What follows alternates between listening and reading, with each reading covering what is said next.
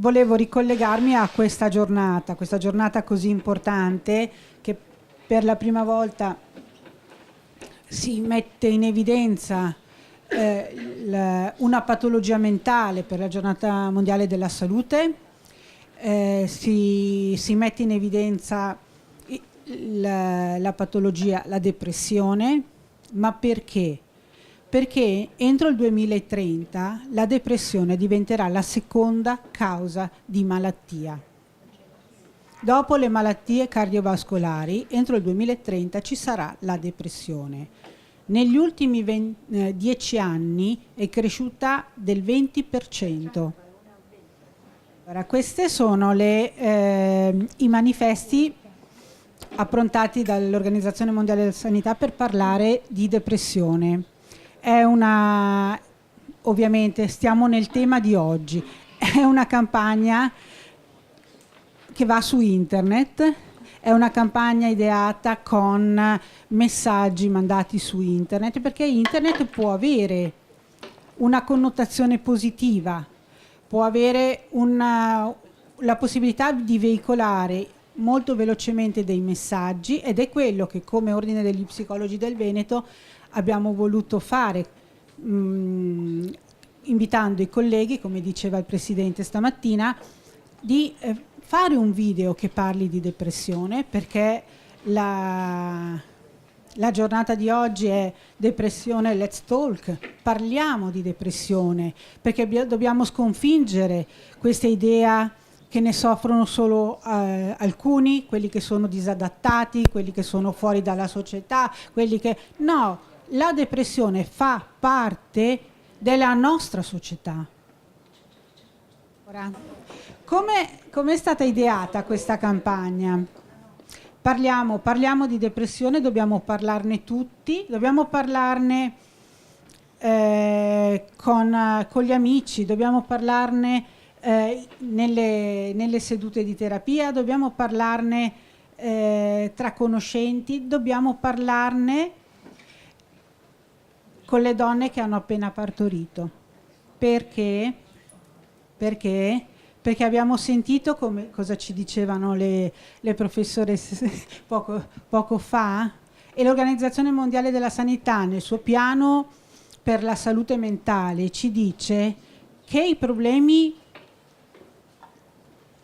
di depressione, che i problemi psichici nascono tutti nella prima infanzia, dalle relazioni affettive di attaccamento che non funzionano. E allora, se è riconosciuto che nella ricerca che ho fatto io con l'Istituto Superiore di Sanità, nella provincia di Treviso l'8,7% di donne che partoriscono soffriranno di depressione postpartum.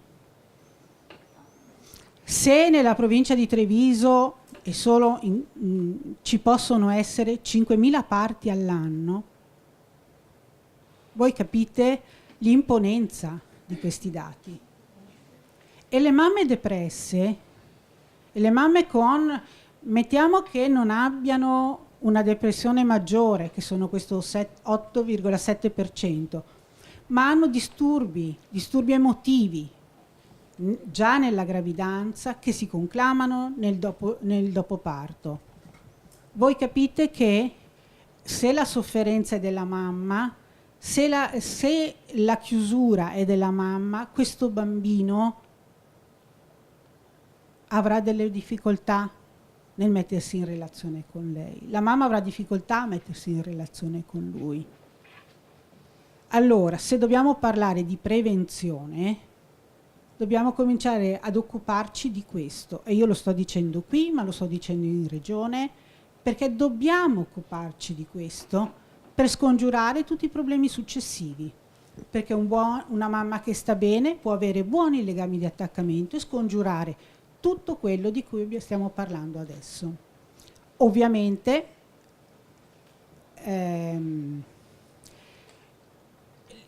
l'Organizzazione Mondiale della Sanità ci dice che il carico di depressione è il 4,3% a livello mondiale, ma la cosa di cui voglio parlare è il considerevole rilevanza che ha questa patologia nelle donne.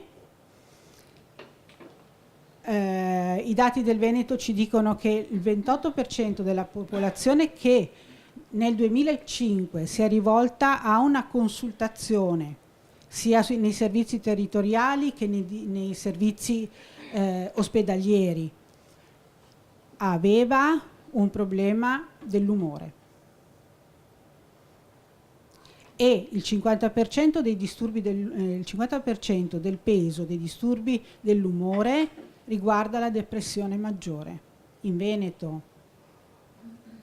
le donne pesano il 65% di questi dati.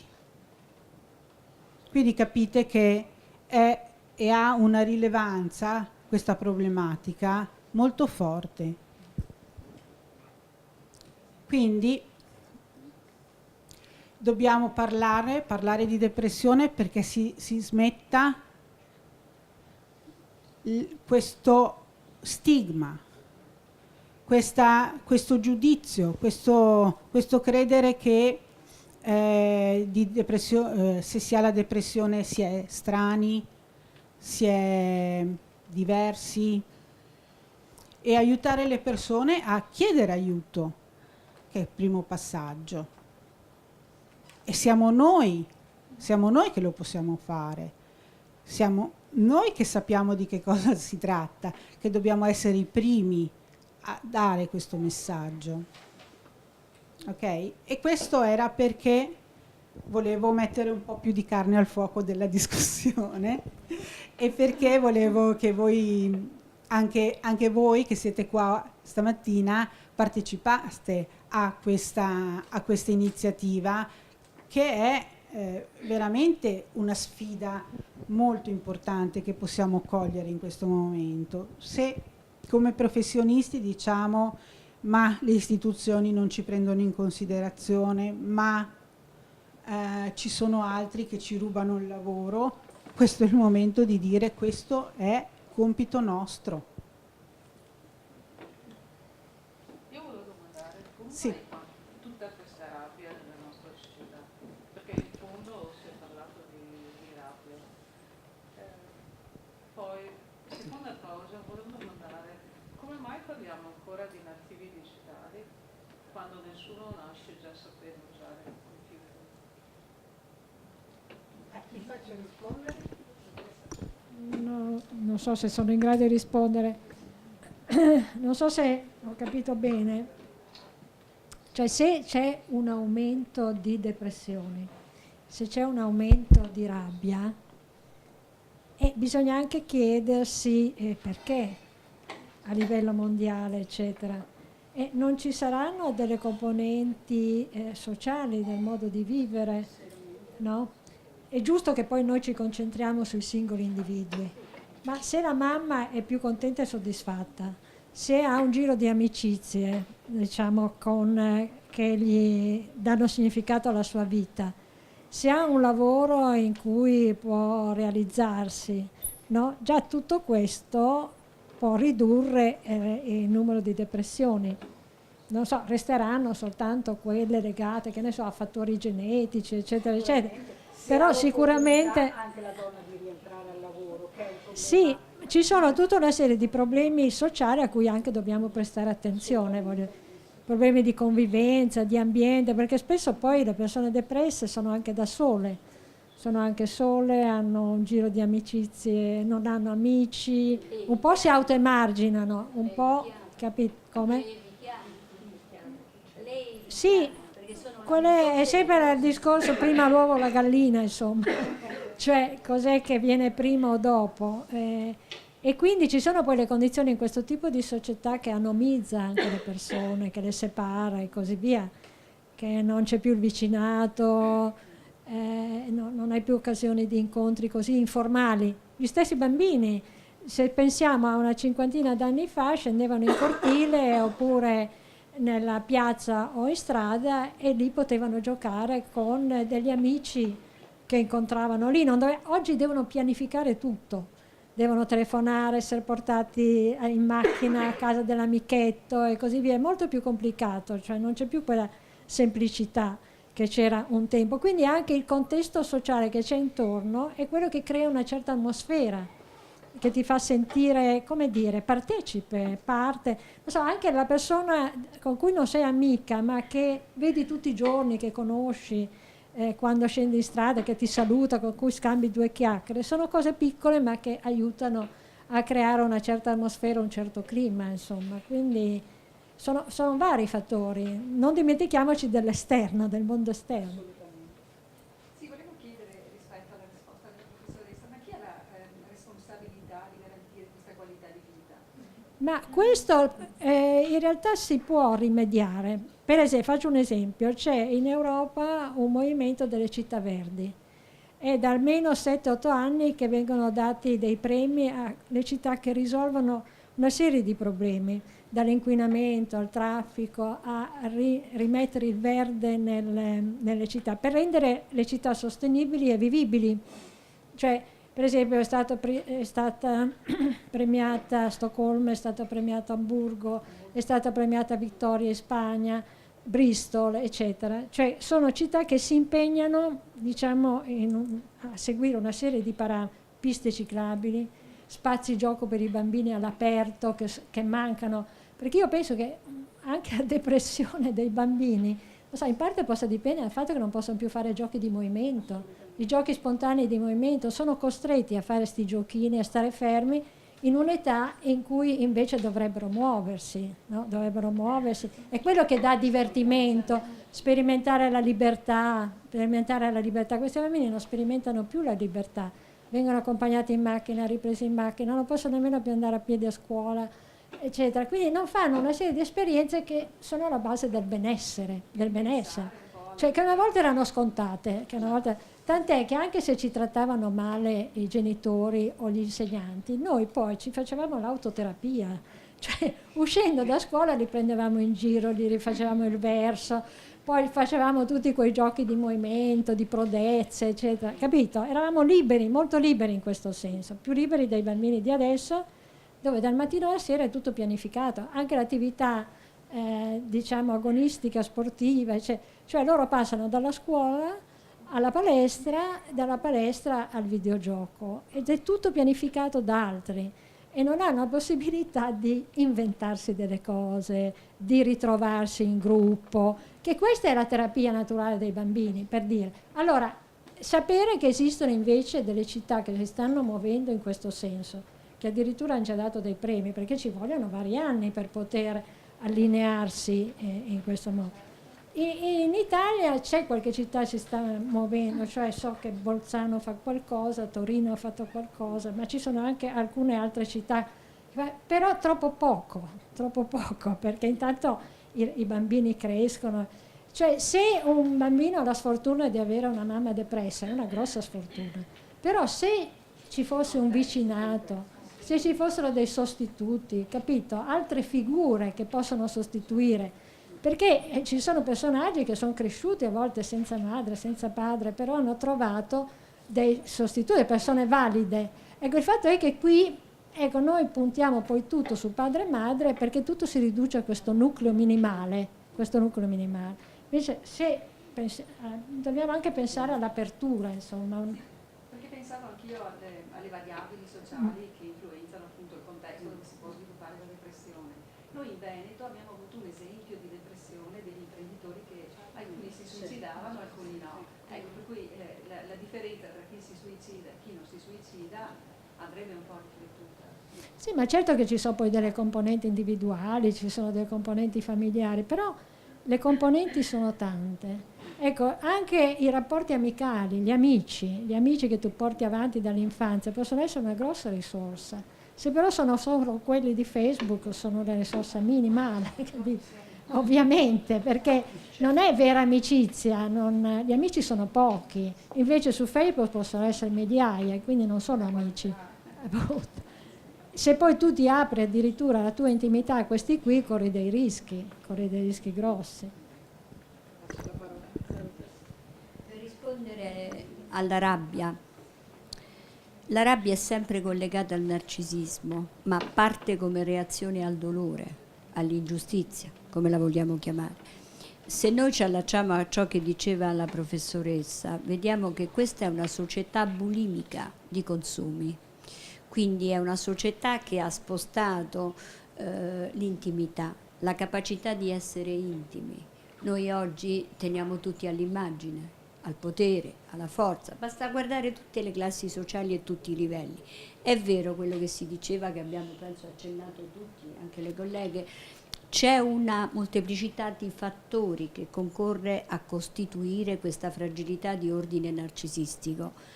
Però il problema serio nasce in quel microspazio familiare e ambientale. Per esempio abbiamo parlato di bullismo, quanto conta la vita mentale di un bambino quando si sente accettato alla scuola, nella scuola dai compagni, quando non è oggetto di scherno, quando non è oggetto di frizzi e lazzi vari.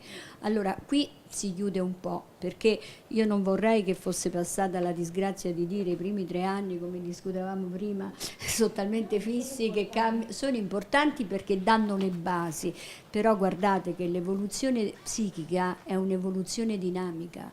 Quanto cambiano per esempio le situazioni tra il primo figlio, il secondo e il terzo? Perché la coppia, ci siamo capiti, perché quel fratello è dissociato e quell'altro è ingegnere capo, grande imprenditore, perché quell'altro è un pazzo scatenato e quell'altro fa politica, vabbè sarà un pazzo organizzato, ma questo non si registra. Voglio dire, che cosa c'è dietro? C'è una molteplicità di fattori ambientali, sociali, economici che variano, che contribuiscono, e poi c'è anche un fatto, le circostanze, le situazioni esterne, la presenza di un insegnante bravo. Pensate in adolescenza avere un insegnante amico, la maestra amica. Noi non facciamo mai interventi di psicoterapia senza la famiglia e la scuola. Io parlo con le maestre, voglio sapere che succede, ci confrontiamo, hanno un bambino 8 ore al giorno. Allora, parlare di depressione, io però vorrei gettare una domanda provocatoria. Bisogna prima riconoscerla. Ed è di entità diverse. E voi che fate i terapeuti, è un punto nodale difficilissimo. È molto diverso affrontare una depressione conclamata come una depressione maggiore, ma diverso è avere la persona che fa il suo lavoro, la sua professione, medici, ingegneri, avvocati, politici di fama, e che poi hanno il disturbo dell'umore. Sì, vabbè, c'è la pillolina, tutte le cose che sappiamo, però il discorso qual è di base? L'entità della depressione, la modalità depressiva, perché è una sindrome che costella molti disturbi della personalità. Attenzione, non si può ridurre di dire unipolare e bipolare, disturbi di personalità, no. Va vista dichiaratamente ed è sempre il rapporto a livello di mentalizzazione. Oggi parlate in termini di livello di mentalizzazione, visto che parlavamo di attaccamento, che la personalità ha raggiunto. Io posso avere un periodo difficile e posso soffrire molto, ma poi tiro fuori delle capacità, delle possibilità per recuperare. Perché non essere mai depressi significa anche avere un altro tipo di disturbi, attenzione, sì. Racconto sempre ai miei studenti, ai miei specializzanti, di una situazione per me molto confusa. Vado a prendere una signora in sala d'aspetto interamente vestita di nero. Beh, oggi il nero è elegante, lo portiamo tutti, però ho avuto la sensazione del lutto. Si è seduta, si è messa un po' a piangere, zitta. Dico, signora, ma che cosa le succede? E lei mi dice, sa, è morto mio marito. Dico, signora, ha avuto un lutto grave? Sì, 20 anni fa.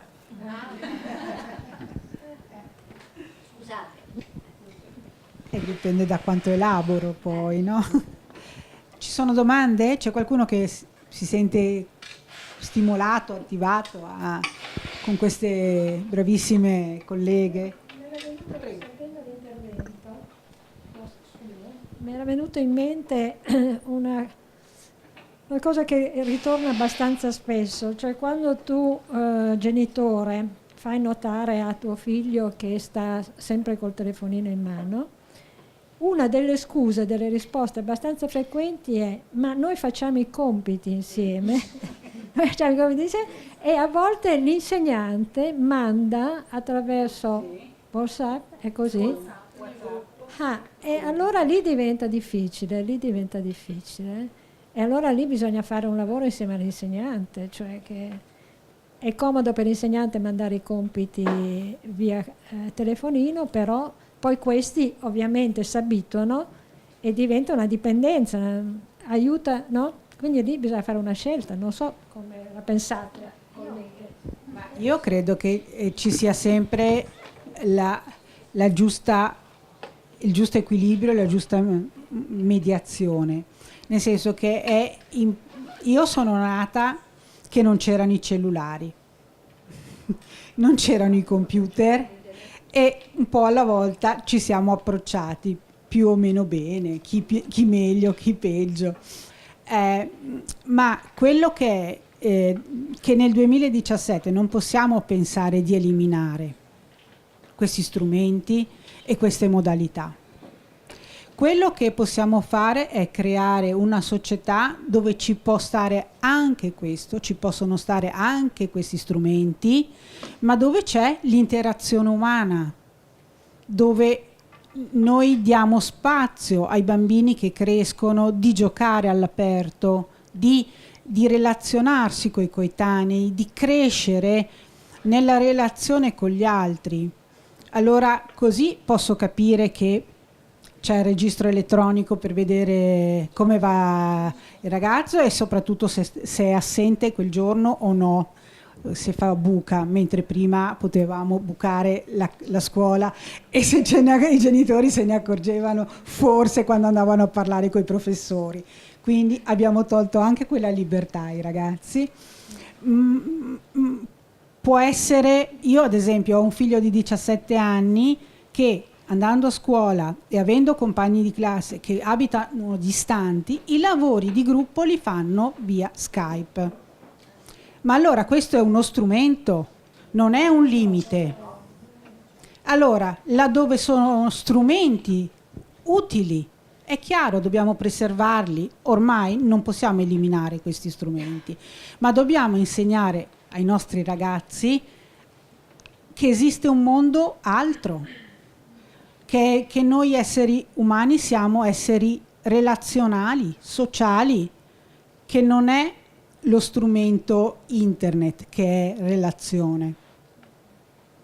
E questo compete a noi genitori, compete a tutti noi dare questi spazi. Sì, devi creare degli altri spazi e delle altre alternative. Altri spazi e altre alternative. Per esempio mi viene in mente il progetto che hanno fatto in Islanda, dove c'era la gioventù più drogata alla fine degli anni 90, inizio 2000, erano tra i più drogati gli islandesi, i giovani islandesi, e adesso sono tra i meno drogati d'Europa.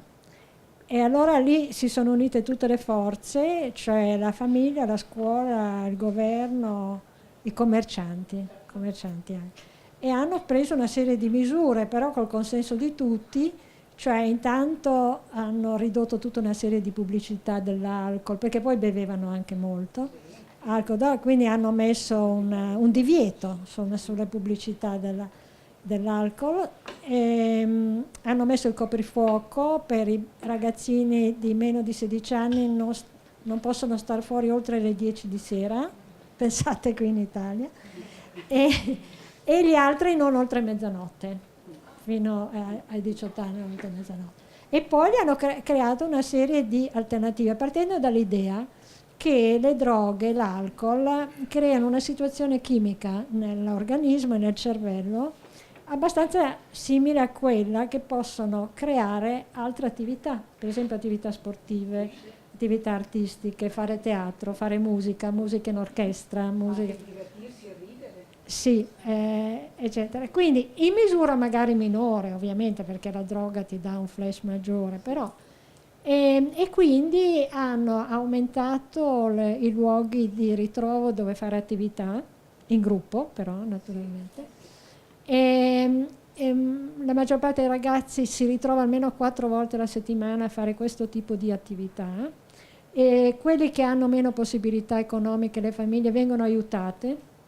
E quindi sono riusciti a fare. Allora, ovviamente voi direte Islanda 350.000 abitanti. No, di più. No, 350. Mia figlia vive lì. E quanti sono? Non sono molto contenta, lei è sempre su da Londra. Comunque, Perché hanno incrementato quello che diceva la professoressa, tutte le attività artistiche. Tantissimo, per cui Sì. è lo Stato che sovvenziona. Che so- Loro hanno dei laboratori giganteschi. ecco, allora io capisco che in Italia non si può fare a livello nazionale perché tutti urlerebbero la censura, no, non la vogliamo. Poi chi ha la discoteca la vuol tenere aperta fino alle 5 del mattino, lo Stato potrebbe intervenire, però immediatamente ci sarebbero le proteste. Però nei piccoli centri secondo me si potrebbe fare, e ce n'è già uno in provincia di Catanzaro che si chiama Santa Severina, che già sta adottando questo metodo islandese. E quindi non è che non si può fare niente, insomma, non è che si può fare niente. Allora, a questo punto, per tornare ai nostri gadget, diciamo, a questo punto è chiaro che hanno meno tempo poi per passare col computer. Ecco, se tu gli devi creare delle alternative, ma cose divertenti, cioè anche, perché lì in palestra, nel teatro o dove svolgono attività artistiche si trovano in gruppo. Si trovano in gruppo perché un adolescente vuole stare in gruppo, cioè è un'esigenza più che legittima, gli serve per crescere, eccetera. Quindi, per dire, si può anche cambiare l'ambiente intorno, ecco, questo voglio dire. Cioè si può fare l'intervento psicoterapeutico, giustamente, col singolo e così via, ma si può anche cambiare l'ambiente intorno ottenendo dei risultati. E questo può essere un altro lavoro degli psicologi, perché è vero, no? Cioè lo psicologo può lavorare sul gruppo, sulla comunità. Assolutamente, perché è chiaro che se è un problema imponente come lo è, allora le azioni non possono essere che combinate. Non può essere che lo psicologo in psicoterapia cura tutte quelle persone che soffrono di depressione o prevenire questi casi. È chiaro che ci devono essere azioni combinate con le istituzioni, con la regione, con i sindaci, con i presidi delle scuole, con le strutture sanitarie, perché bisogna passare questo scoglio che il depresso è uno e viene messo da parte. Il depresso, la persona che è depressa è un problema per la società. E se ce ne sono 20 su 100, sono un problema enorme per la società. Sì. Anche Economico. D'altra parte i dati della regione ci dicono che la maggior parte dei casi di depressione ci sono nella fascia d'età che va dai 44 ai 64 anni. La maggiore rilevanza è in questa fascia d'età. questo è spiegato. Cioè, l'ipotesi clinica a questo riguardo è che dai 40 anni in poi comincia un ridimensionamento della vita, una crisi narcisistica di quello che ho fatto e quello che affronto. Penso ai figli che se ne vanno perché sono cresciuti, e penso ai divorzi, alle separazioni, alla perdita del lavoro, eccetera. Quindi cambia lo status di vita e vengono a mancare tutti quegli appoggi che nell'arco dell'esistenza fino allora hanno tenuto in equilibrio perché sono stati un sostegno. Facciamo intervenire voi adesso, visto che ci siamo parlati. Io per Silvia Mason, no? Sono mamma di 2 bambini, uno è alla scuola dell'infanzia e uno alla primaria, e spesso mi trovo, passatemi il termine, in disaccordo con altri genitori circa ad esempio l'utilizzo del gruppo WhatsApp come sistema anche di controllo su che compiti hanno, li hanno fatti, non li hanno fatti, no? Io magari sono quella, mi dice vabbè, se non hai fatto i compiti io vigilo, magari come mamma, perché in seconda elementare comunque credo che i genitori debbano anche avere la pazienza di sedersi là, di trascorrere anche del tempo con i figli, no?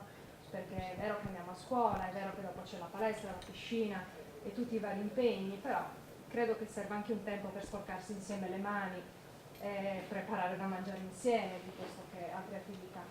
Però ecco, trovo questa grande difficoltà innanzitutto nei genitori nel intanto gestire dei tempi insieme ai figli, e poi mi chiedevo, la domanda questa per te, non ti oppongono delle resistenze quando tu fai, che ne so, hai parlato prima di interventi psicocorporei, no?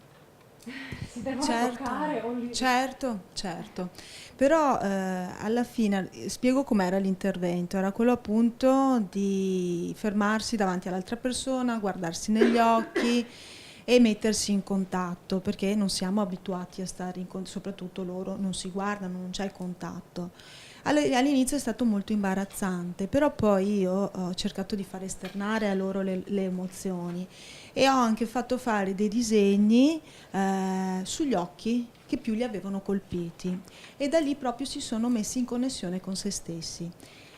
Quindi all'inizio è stato imbarazzante, però poi è stata una delle attività più gettonate, nel senso quelle che sono più piaciute, proprio perché hanno detto finalmente ci mettiamo in contatto con l'altro, anche perché l'altro spesso, soprattutto nel cyberbullismo, non viene considerato una persona allo stesso livello umano, ma viene considerato a livello inferiore, più oggetto. Quindi proprio il mio intervento era quello di metterli alla pari ed aiutarli ad esternare anche le proprie emozioni, perché spesso si mandano le faccine più che dirsi le cose in faccia. Ecco, era questo un po'. Adesso ci abbiamo a conclusione. No, l'ultimo flash che mi è venuto rispetto a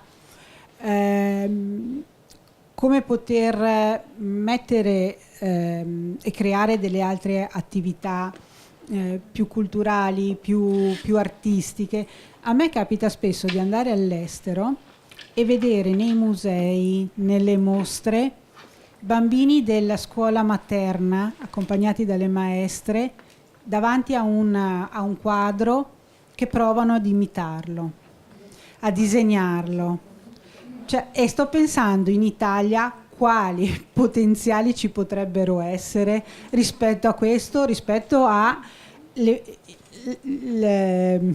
i siti artistici, i musei, a tutto ciò che possiamo avere noi in Italia e che non utilizziamo nel senso positivo per educare i ragazzi, che c'è anche tutto questo mondo che apre la mente, che mette in relazione, che aiuta a capire anche meglio l'altro, perché se io guardo un dipinto e vedo come l'ha dipinto, mi connetto con questo. No, frequentando un po' le scuole, ci sono delle scuole che hanno incominciato a fare questo anche in Italia. Allora però bisogna fare tutto un lavoro prima e dopo, cioè li devi preparare, si va al museo, alla Pinacoteca per vedere solo quel quadro, non la gita turistica intorno. Ecco, perché li si manda così a volte, andiamo a vedere quel museo, la galleria d'arte, e quelli girano tra una stanza e l'altra senza sapere nemmeno cosa stanno vedendo. Allora è chiaro. Allora quella è una gita sociale, non è una gita culturale. Invece tu, la maestra, il maestro, li prepara su quell'autore, su quel pittore e su quel quadro, e quindi loro vanno già preparati per vedere bene le cose, poi dopo fanno i loro schizzi, si ritorna in classe e si lavora su quello. È un lavoro di una settimana probabilmente, quello è.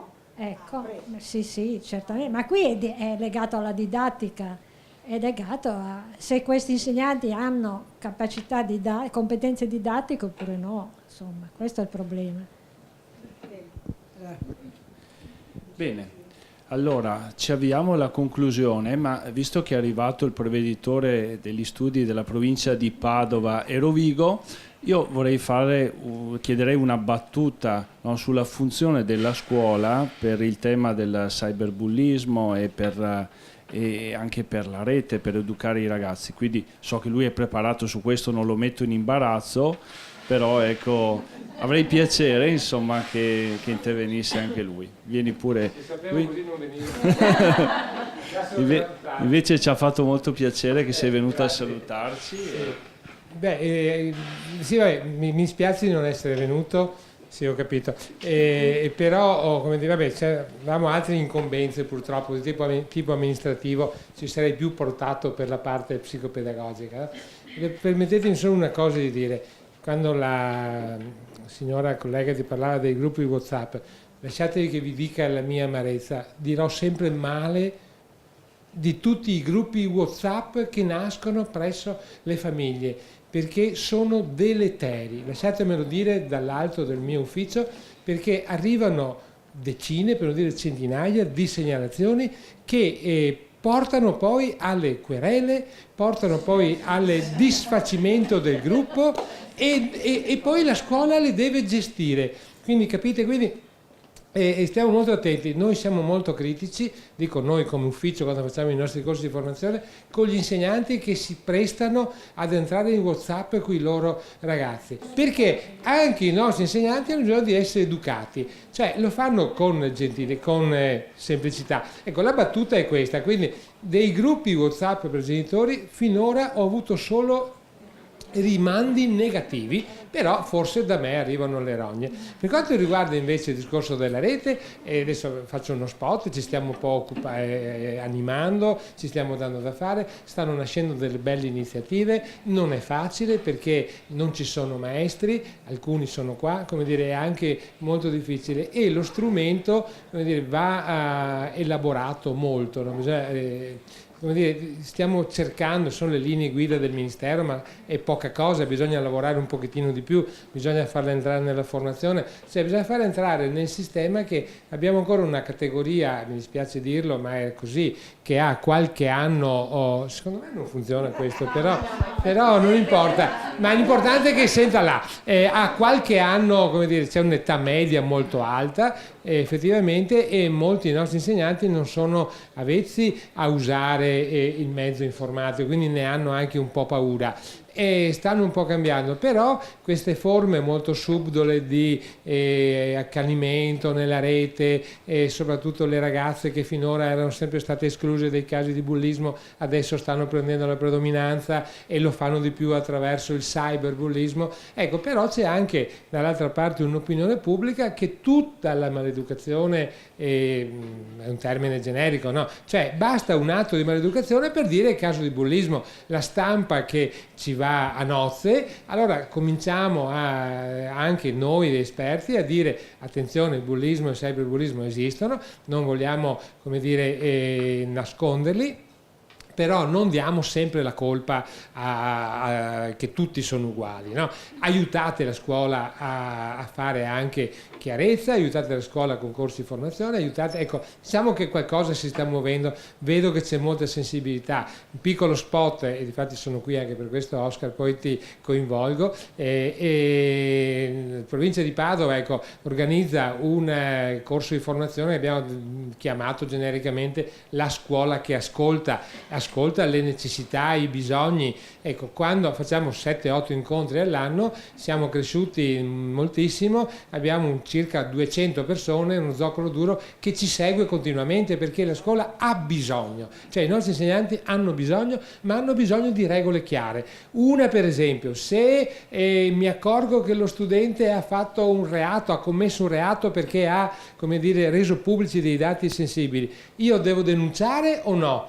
È un problema per noi perché la norma dice sì, sei pubblico ufficiale lo denunci, però se denunci il ragazzo lo stronchi, perché, come dire, ecco, allora stiamo combattuti nel rispetto della norma che dovrebbe dire denuncia immediata del reato, tutti i reati quando vengono riferiti, dall'altra parte anche il tentativo di raccogliere, di aiutarli a superare questo momento, sia con i piccoli che con i grandi. Ecco. Diciamo che siamo in prima linea e spesso la scuola è sui social, io non la capisco una scuola che va sul social perché, vuol dire, che bisogno ha questo marketing sfrenato per portarci a casa iscritti. Diciamo così, è un terreno molto fertile che ha bisogno di essere come dire così, valorizzato, rimpinguato, aiutato. Ecco, quello che io chiedo è un aiuto da parte delle associazioni, di chi può, di aiutarci, perché la materia è in continua evoluzione. I ragazzi sono più avanti di noi e ogni tanto sui giornali compare, ne hanno fatto i giornali, quindi non svelo niente, di un ragazzo che si è cambiato il voto manomettendo il registro elettronico. È meglio di un hacker, perché ecco, solo che ha commesso un errore che forse noi, professoressa, nei nostri tempi non avremmo fatto, ha cambiato solo il suo, cioè una volta avresti cambiato tutta la classe, no? E quindi, ecco, e quindi attenzione, perché lo strumento è potentissimo, i ragazzi rischiano di impadronirsi di strumenti molto più forti di loro, che non li aiuta a crescere, ecco, al di là dei reati, ecco. Stiamo crescendo, ecco, devo dire, spendo una parola di speranza e di ottimismo per le nostre scuole, no? Stiamo crescendo, queste iniziative vanno bene e dobbiamo però incrementare, perché ancora per noi è solo uso strumentale, cioè la didattica col web si fatica a fare, si fa fatica e stiamo provando. Grazie mille al dottor Bergamo. Ecco, noi come Ordine degli Psicologi stiamo proprio collaborando con la scuola. Ieri abbiamo fatto un bel convegno a Castelfranco sul cyberbullismo, l'abbiamo fatto in collaborazione con l'ufficio provinciale di Treviso, quindi insomma c'è il nostro impegno su questo. Io voglio veramente ringraziare tutti i relatori, la professoressa Oliviero Ferraris, la Silvia Mason, la mia collega Gina Barbano per la conduzione della moderazione e Mirella Baldassarre. Non mi resta che ringraziare anche voi, spero che sia stato gradito questa giornata di formazione, questa mezza giornata, una giornata snella però io credo molto intensa, molto ricca di contenuti e arrivederci alla prossima volta.